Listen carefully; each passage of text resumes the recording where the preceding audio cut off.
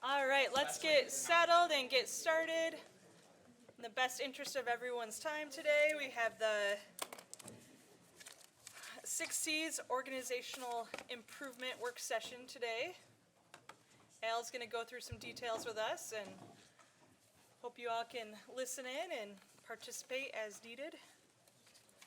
All right, let's get started. So today we're going kind of old style with some handouts, but I did want to just mention that we do have the strategic plan up for vote Thursday morning at the board meeting. And I had a couple of good conversations. Carol and I sat down and chatted about the plan. And she asked me why aren't more things assigned to the Board of Commissioners? So the only things that we assigned to the Board of Commissioners were the things that we need a formal vote from the Board of Commissioners on. However, there are many items in the plan that we will have task forces and teams that will be taking on some of these things, and certainly the board will be heavily involved in those. That's a topic of conversation in the regular meetings that I have with the chair. And so certainly there will be full opportunity for the board to participate in the plan. One of the things that I was tasked with when I started was figuring out how do we do the next iteration of the strategic plan. So we did do the strategic business planning work about 6-8 weeks ago out at MSU Extension, and that's something I plan to do each year. So the question was, so do we do another 5-year plan? You know, what should that look like? What we're taking a look at and starting to ask potential stakeholder partners to consider is doing a futuring plan. And what that would be is engaging a national futuring expert in working with us and our stakeholders to develop a look at a certain point in time in the future. So it could be Kent County 2050, for example. And then what we would do is engage all of our various stakeholders in painting a picture of what we want 2050 to look like. And then a number of different organizations can kind of use that as their North Star. I like the North Star analogy because the North Star isn't fixed, and we would need to continually align our efforts to that changing world of what we expect in 2050. And there's some excitement generated. So I have talked specifically to the Right Place and the Chamber and the Fry Foundation, and we have a meeting set up soon to kind of pick the brain of a national futurist. And it would be an ambitious activity. We would basically share the costs and effort of doing it with others. But I think what it would do, it would give us a great target. I think Tim Ross, when the Right Place presented recently, talked about the importance and how it would be nice to have that kind of future target of where we're headed. And then each organization would still do their own strategic plan because there's a number of things we do that aren't really related to that. But there would be a subset of things that we're all kind of looking at, working on, working together on to make that future happen. So and then our annual strategic planning sessions could be used to, again, call new ideas, new focus, new things commissioners want us to focus on, but also kind of reorient ourselves annually to make sure. I think Forbes said that the world changes every 600 or 700 days now instead of 5 years. So 5-year strategic planning, you know, we think of that old Soviet model and how a lot of organizations align to that. But I do think that having the futuring plan, having our annual efforts should keep us nimble and focused on the future where part of our brain needs to be focused at all times. Any questions on that? All right. So specifically, I didn't know if there were any questions about the strategic plan, so we sent this document to you. We've had a couple comments, not a huge amount, but we tied in basically Jesse on my staff basically integrated the work that you did at MSU Extension with the themes of the 5-year plan, so it fits inside of that. So this does include mission, vision, goals, values, all those kinds of things. And then also the state of the county was added to it, so we can kind of keep that all together and just be mindful of what we said we were going to do and now be intentional about doing what we said we were going to do. So I don't know if there's any questions on the strategic plan. You've had a lot of time to look at it, but if other things are popping up, now would be a good time to ask. Yeah, Commissioner Hennessy. Have you changed any of the presentation of the words, or has it changed since we were given it? No, it has not. But as you and I talked about before, we will change, I think I said I would add some language that basically clarifies that we would be including commissioners in the various task forces and that type of thing. I think that was the only change. I also said, I mean, so much of our time is on budget, and so I was suggesting. Oh, that right. everyone- Yes, add budget as a major responsibility in that Yes. section. Yes, we will do that as well. Thanks. Thank you. Yes. Commissioner Coleman. I can't remember the exact wording of it, but I remember going through the strategic plan in more detail a few days back, and there was one item that's something about like childcare. What is that? I don't remember that from our planning day. So one of the barriers, as Amy was just talking about the challenges we have right now with recruitment, one of the big challenges is childcare. In fact, the sheriff was telling me about a month ago how we lost a very promising young employee from corrections. Both husband and wife work for corrections, and they did their own family analysis, and the wife left us to do childcare because it's both an availability and a cost function. So I've talked to Amy and I've talked to Mark Washington about looking at whether we could put together a pilot of what it might be like to provide childcare, a location, hire someone. I don't know. Right now it would be just investigative, just to see what organizations are doing that, what that might look like, but certainly it could help us attract and retain right now because that is a very difficult area. Okay, so that's like as exploring options for an Exploratory, employee correct, benefit. right. And anything like that would obviously have to come back to you. We would need you involved in that process and all that. So right now it's more investigatory, see if it's really realistic, and if it is, what partners might we bring to bear, and what might that look like. Yes. All right, any other questions? Commissioner Skaggs. That's a great idea, Al. I think you should investigate that more. As a product of someone who went to daycare at my dad's employment and got to have lunch with him every day, I think it's fantastic. I mean, let's see if we can make that happen. That would be, we just heard from Amy about employee retention and the importance of that, and the continued and expanding importance of that. There's a huge, I mean, as you said, it's not just affordability, that's certainly part of it, a large part of it, but it's just the availability of it. So if we had that as a benefit for our employees, I think we'd retain a lot. I think we'd probably attract a lot too. So good luck with that, and I think it's a wonderful idea. Thank you. Okay, any other questions on the strategic plan? This is on the docket and we will change that wording. This will be on the docket Friday. So, all right, why do I keep saying Friday? I mean, nobody wants Friday board meetings, right? I mean, all right. Okay, then why don't we move on to the 6 Cs? I'm going to start with this sheet right here. And I have a more comprehensive document I'm still working on, and I'll get that out to you as soon as I get that completed. But we're starting with, so what we see, the 6 Cs, so when I was at Ottawa County, we had the 4 Cs, we've grown it to 6 Cs here. And the idea isn't that Kent County culture is lacking or that we have fires to put out or big problems. It's more of a concept that things are moving fast. And, when you look at even what things we've talked about today, Amy talked about adding a high deductible HSA so employees have more choice and they can create an asset with their health care, or looking at childcare. The future is not going to be the same as the past.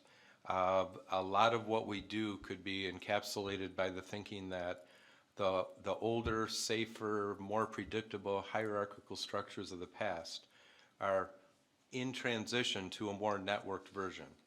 And so our thinking as far as how we lead, how we manage, how we recruit, how we provide benefits, all has to be changing along that same kind of trajectory.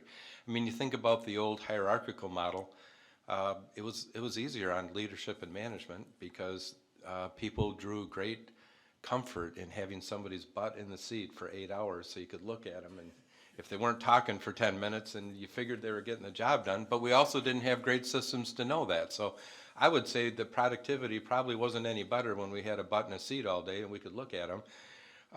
And so it's really incumbent on leadership and management to develop outcomes that are meaningful. And so that, because honestly, as was mentioned earlier, the job there somebody could perform it in Texas, it's really about getting things done and getting things done in an outstanding, high performance type of way.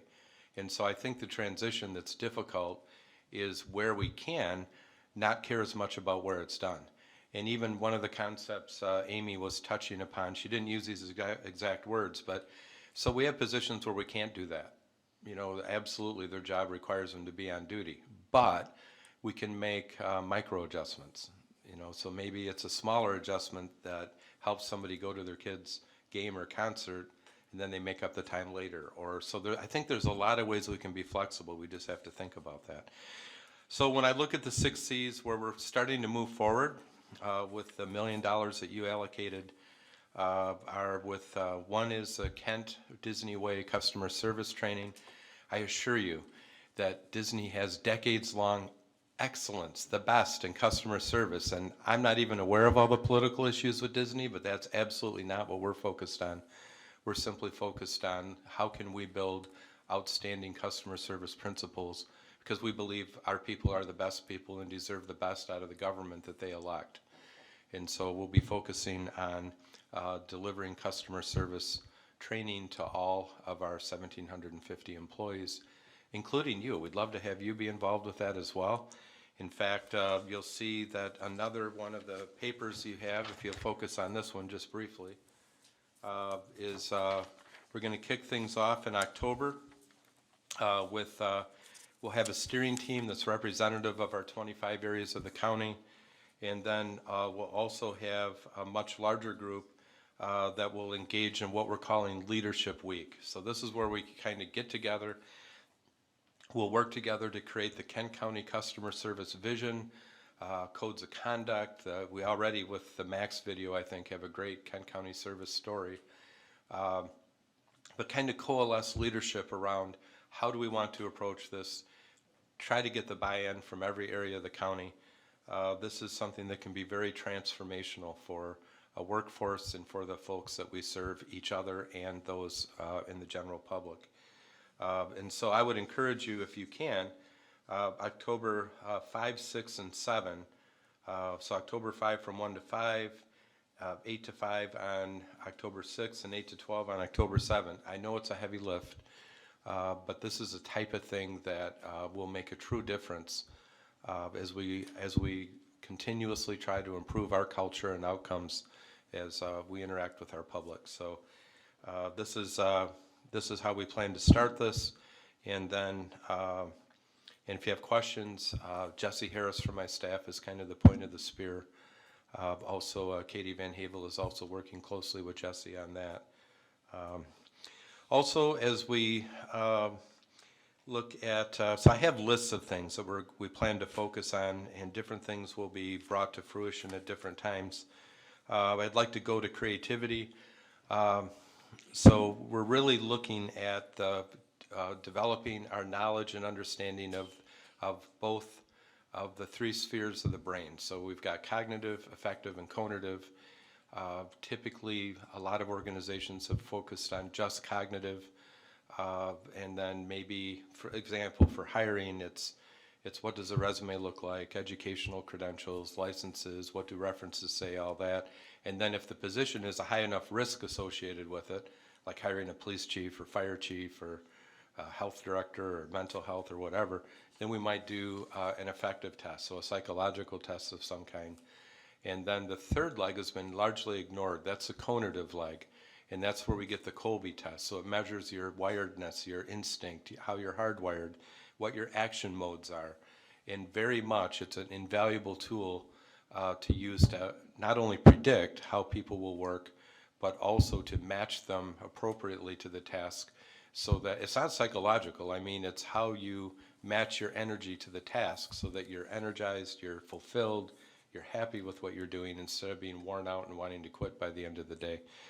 And so we'll use a variety of those tools to understand our organizational brain. You know, typically government attracts a lot of left brain type people, formulaic, incremental, because we desperately need that type of thinking, because we have a lot of laws, a lot of regulations, a lot of money, a lot of things that must be kept straight. On the other hand, we end up sometimes being a little short on the design thinking or abstract or right side of the brain. So we'll be looking to build a balanced brain organization. And so we'll be looking ultimately to have all employees do Colby and predictive index. Again, I'm not making it mandatory, but we'll work with departments. Ultimately, there's a lot of power in folks understanding how each other is wired. I know I've seen in another case where I used this, grievances shot way down and stayed down once people thought, oh, well, they're not crazy, they're just a green-red, you know, or something like that. So it introduces a new language on how to understand each other in the organization. So when you think about the left side, the kind of the perfection of left brain thinking is continuous improvement. So we'll be looking at adding a couple Toyota Kata Lean kind of starts soon. We have a couple major processes that really need to be looked at. I think we heard about one of them recently where it takes just way too long for somebody to get service, and we need to improve that. And so we'll pick a couple of those that are like sore red thumbs, and we'll apply the Toyota Kata thinking and see what process improvements can be made and introduce that as a thinking tool in the organization. Communications, we will continue. We've added Gov Delivery, we've added Zen City, we developed a 90,000 plus critical stakeholder network. So when we sent out the survey for ARPA, it went to 90,000 people, which I think is pretty significant. We'll continue to develop that. We do plan also to work more on communication planning, getting commissioners timely information in formats that you can use to communicate with your publics, whether you're presenting regularly at a local unit board meeting or whether you want to send something out over social media, but we will be working on that. Cultural intelligence, working on the inclusion strategic plan. We'll be working on with a whole number of things in there over the next year. Competency, really, you know, Tim gave a great report today, but obviously we want to make sure we stay completely up on technology. I think we're there, but again, there's that future component where we would like to build a data warehouse, in the cloud this year, and basically set the stage for doing more and more with AI, with machine learning, natural language processing, and robotics. It's an answer to continuously hone and improve our services, and hopefully at the cost of doing those at the same time, while also being at least a partial solution to some workforce issues, because I think that AI it'll create, I don't see it as, you know, a lot of people fear AI because they think everyone's going to lose their jobs. I don't think that's true at all. I think ultimately we'll need different kinds of jobs added to deal with actually operating different AI types of applications. We'll continue to focus on really resiliency of the organization, and that's across the board. What do we need to be for Kent County in the future to be resilient? We talked earlier about just having really more of a scientific approach to what it takes to run the county. What are the resources that it takes? You know, what do we have? Where are the gaps? What are the trade-offs if we do this or that? But I think we really need to make it more fact-based and less reactionary, which makes it more political if it's reactionary, I think. And so we'll be looking to kind of hone that in. Also, we'll focus on innovation, basically adapting a playbook, innovation playbook that will help that right side of the brain thinking. It'll help individuals and teams as they come up on problems that, you know, one of the big issues I see in the management field today is that a lot of management people, and I'm not talking about Kent County, I'm talking about the world in general, a lot of management people try to solve technical problems or adaptive problems with technical thinking. And so that's why it's important to know if a problem is technical or adaptive. Like, if my blood pressure is high, I can take medication and lower it right away, and that's a technical solution. But the adaptive solution is to eat right, exercise, lose weight, and that's much harder. And so how do we actually attack those problems that are more adaptive with adaptive thinking instead of with technical thinking? So, we'll work hard on that as far as, developing that kind of thinking in the organization. And finally, collaboration. We're already working with a whole number of collaborative efforts. One of the things that we will do on behalf of you with our local units is provide free strategic planning assistance, where basically we will help them develop a consensus on moving forward. We'll provide the forms for them to develop strategic plans and help as needed.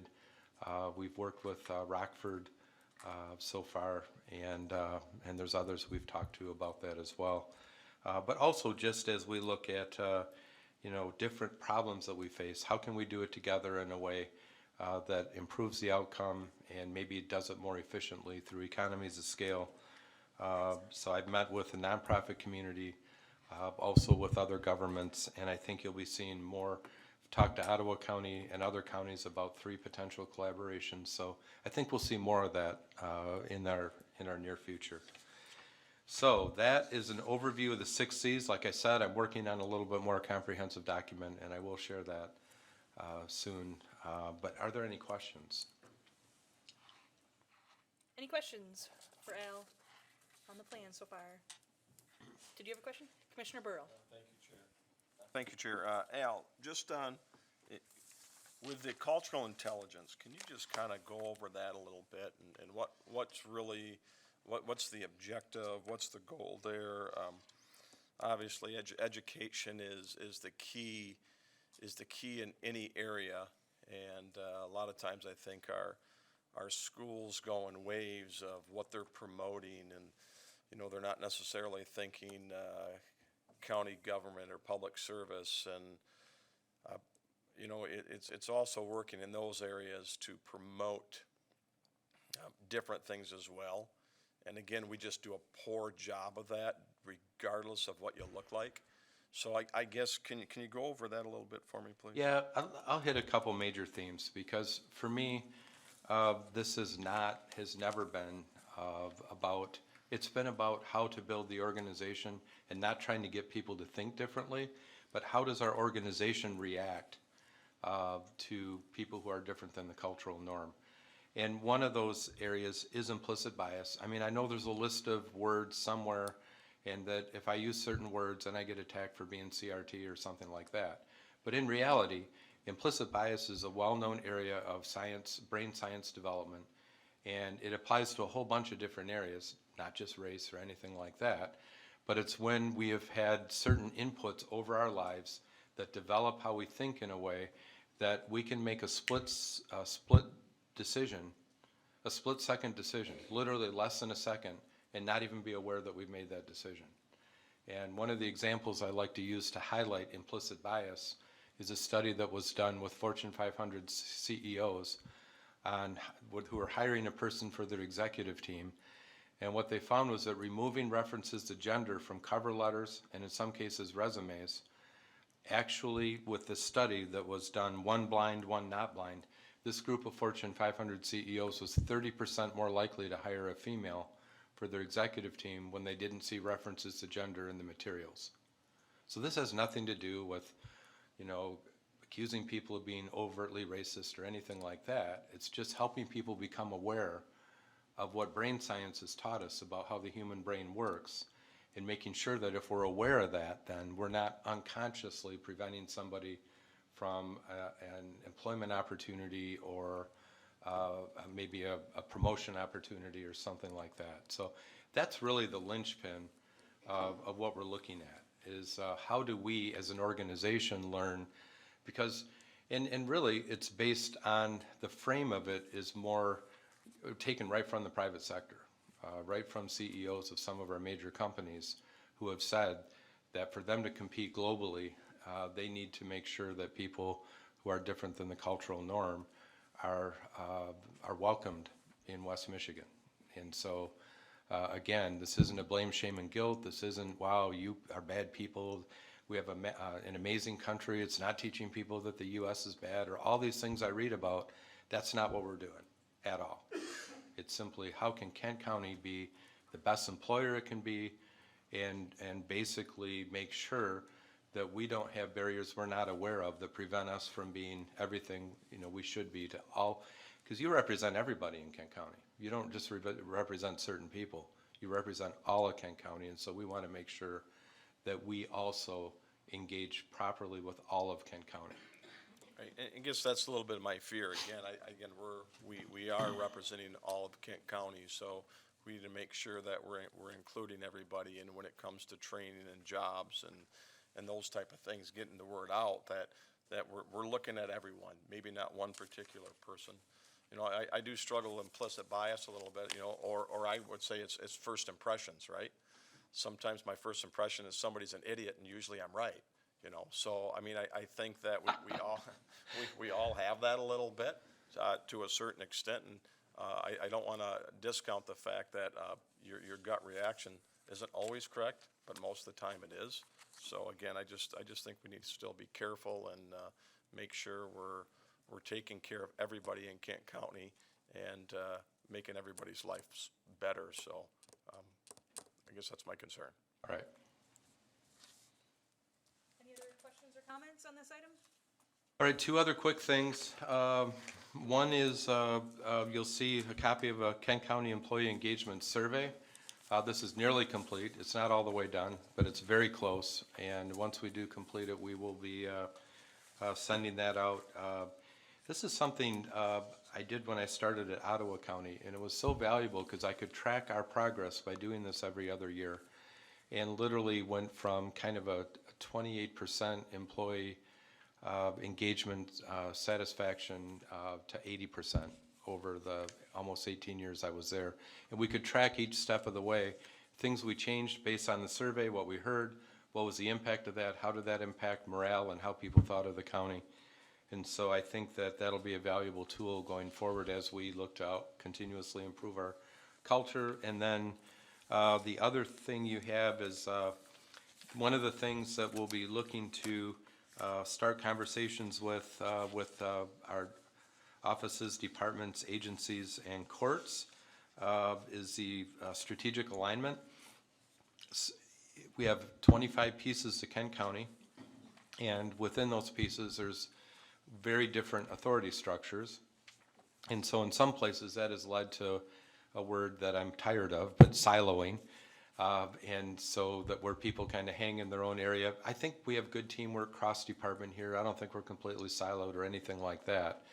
But I do think we have an intentionally redundant model of government that goes back a long, long time to the first Michigan Constitution.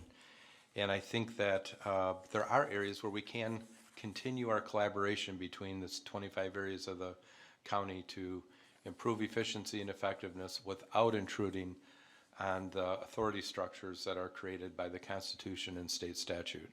And so that's kind of what that initiative will be based around, is getting together, figuring out where are the things we can do together that we're not now. Does it make sense to do that? So strategic alignment will be something we work on. Any questions on those items at all? Commissioner Kallman? I'm just curious, Al, about what you've seen. I think you did some of this like Disney Way, the 6C stuff in Ottawa. Right. Like, are there, so that coming from, like the private sector and the public sector being different in authority structure, et cetera, are there things that you would say like don't apply that fit the private sector perfectly, but then don't apply or ought not apply in the governmental arena? Actually, I think that this type of initiative can benefit everyone in either sector if they do it. But certainly, I think in the private sector, the transactional value of good customer service is hopefully more sales and increasing profit and all those kinds of things. In the public sector, we don't have that. And so if somebody's born in Kent County and they want their birth certificate, they can't say, you know what, I think I'll go to Newaygo today and get that. You know, they have to go to Kent County for that. So there could be at least temptation to not treat people as customers, because for most of what we do, that people don't have a choice. They have to come to us. And yet, probably one of the most valuable lessons I've learned in leadership and management was going through the Disney way, because what I learned was that people really need to be told that it's okay to step out and do really cool things, and that they're not going to get punished. I mean, it sounds intuitive, but when you reside at the top of an organization for a long time, you start to think, oh, everybody's like me, you know. And it really, what I learned through 480 storyboards in Ottawa County was that we really needed to do a lot of work on building trust, even in a county that was working great. And some of the outcomes are amazing. We had over 20 deputies that were cited for customer service awards after giving somebody a ticket, which I don't know about you, but that hasn't been the first thought in my mind when I got a ticket, was maybe figuring out how to give the deputy a customer service award, but it happened. And I remember one woman actually in her nomination said, I was having an awful day, and then I got a $150 ticket. And the rest of my day was amazing, and it all had to do with how I was treated when I was given that ticket. We had a probation officer nominated for a client who said that, yeah, they were talking to me, and then they went out and they bought journaling materials and really probably saved my life, you know. And so, I mean, there's really powerful things that can be unleashed if people understand that they can step out and do things and that they're not going to be punished for doing good things. It sounds like almost unbelievable, but that really is the case. So that would be the goal. But we've had people see people in court that their hearing was delayed and they were there a couple hours and they were hungry, so an employee ran out and bought them lunch. We had a deputy that came out across a car stopped on the road, and there were a family of 4 in there, and they had run out of gas, and this person went and bought a gas can, put gas in it, put gas in the tank, followed them to the gas station and paid another $38 to fill their tank. And none of these folks said, hey, I want reimbursement, or they just did it. And in this case, it was an African-American family. They had their phone going and it made Channel 8 News, a very positive story. And so, again, you just don't know the random chances that county employees will run across people that need help in a certain way, and letting them know and training them and that it's okay. And then just kind of getting consensus and accountability for a customer code of conduct. You know, how are we going to treat people that's consistent? I mean, we have 1,750 employees spread across the whole county. I'm sure we have people that give outstanding customer service, and we have people that do less than that. And so what is that expectation that we can all agree on that we want, and then all be accountable to it as well, I think is important too. Thank you. Any other questions? Commissioner LeGrand. First of all, I'm a little overwhelmed by all of this, but it's a lot to chew on and a lot to think about, and I'm really impressed at all the things you're thinking about, all the directions. And I really want to say I'm really grateful for the efforts that you're going to go through for customer service. That has been the chief part of my professional career. I've done a lot of customer service work, and it is all about value. It's all about respect, and it's so important in government work, and I'm super excited for it. So thank you. Thank you. Any other questions or comments? All right, Al, is there any other information you need to provide? I today? think I've done enough. So Well, we know where to find you if we have questions Yes, or need indeed, to track down so. information. All right, so that brings us to our next item on the agenda, which is public comment. Is there anyone from the public who would like to comment today? We have a lot of staff back there. Anyone? All right, seeing none, is there any commissioner miscellaneous? I don't see any. And now we are adjourned. And one meeting note too is the Outlook app installation will be rescheduled. We've just went past our time today, so if you're planning on getting Outlook installed on your phone, we'll set you up another time. Thanks. Meeting is adjourned.